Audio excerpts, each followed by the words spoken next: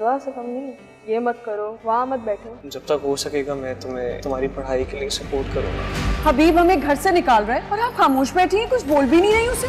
लड़कियाँ बिस्मिल्लाहिर्रहमानिर्रहीम। नाज़रीन, ड्रामा सीरियल मायरी की बात की जा रही है, जिसमें होगा ये कि हबीब ने माँ को अपनी चिकनी चोपड़ी बातों से दुआ सुबहाकर अपनी तरफ माइल कर लिया है। माँ को भी लगता है कि मेरा बेटा संभल गया है, ज़हीर के जाने के बाद वो सारे घर को संभाल लेगा। मगर गंगा तो उल्टी बहने वाली है, वो सारे घर को नहीं बल्कि बिज़नेस को को अपने काबू में करेगा, ना कि उसे फ़ाकिर की मान समझकर उसकी देखभाल करेगा। उसे तरक्की की तरफ नहीं लेकर जाएगा, वो सिर्फ़ अपना फ़ायदा सोचेगा। इसका इरादा अपने बिज़नेस अपने नाम करने का है, तभी तो वो फ़ाकिर को भी साइड कर रहा है। मगर फ़ाकिर की माँ समीना अभी खड़ी है फ़ाकिर के साथ। वो अपनी ज़िंदगी में फ़ाकिर का हक़ किसी को खाने नहीं देगी। इधर जब साइका अपनी माँ से बात करती है कि हबीब ने उन्हें घर से जाने का कह दिया, तो आप कुछ बोली क्यों नहीं? तो साइका की माँ भी हबीब की ज़ुबान बोलेगी और कहेगी और साफ़ लफ्ज़ों में उसे बता देगी कि लड़की का असल घर उसका ससुराल है, ना कि मैका। हबीब ठीक कह रहा है, तुम लोग अपने घर जाओ। सरफराज ने भी जल्द ही हबीब के सामने घुटने टेक दिए हैं। उसकी भी एक ना चली। फ़ाकिर बेचारा अभी बच्चा है, उसे दुनिया और के दाव-पेश की कोई समझ नहीं है।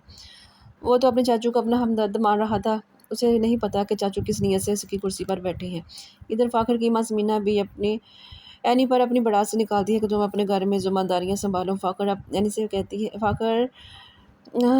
एनी फ़ाकिर से कहती है कि तो इस शादी ने मेरी ज़िंदगी के मायने बदल के रख दिए हैं। इस घर में लड़की का होना भी एक गुनाह से कम नहीं। फ़ाकिर उसे कहता है कि मुझसे जितना बन पाया मैं तुम्हारी पढ़ाई में मुकम्मल करने में तुम्हारी मदद करूँगा।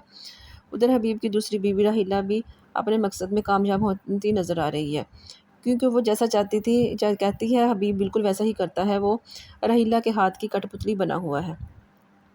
राहिला को लगता है कि वो पुलिस वाला जो उसका बहुत हमदर्द था, गली से उसे देखता और उसके काम करता था, अब वो खुलकर सामने आ गया है कि उसका असल मकसद क्या है। राहिला को लगता है कि वो मेरे पीछे लट्टू है, मगर उसने राहिला के कहने पर जो चोरी करवाई थी जमशेद के घर, अब वो उसका इवज़ राहिला से मांग रहा है। राहिला अगर उसे पैसे ना दे तो वो सारा राज खोल के रख देगा, जिससे राहिला का सारा पोल खुल जाएगा। अब राहिला को उसे पैसे तो देने पड़ेंगे, चाहे वो जैसे वो अब पैसे कैसे वो सारे पैसे वो हबीब से निकलवाएगी। हबीब उधर से उनको लूटेगा और इधर लाके राहिला को देगा, और राहिला उल्टा उस पुलिस वाले के ऊपर लुटाती रहेगी। इसे कहते हैं जैसे को तैसा, यानी कि जैसा तुम करोगे जैसी कमाई आएगी ना वैसे निकलती जाएगी। बिल्कुल हबीब के साथ ही ऐसा ही होगा। राहिला उसकी कमाई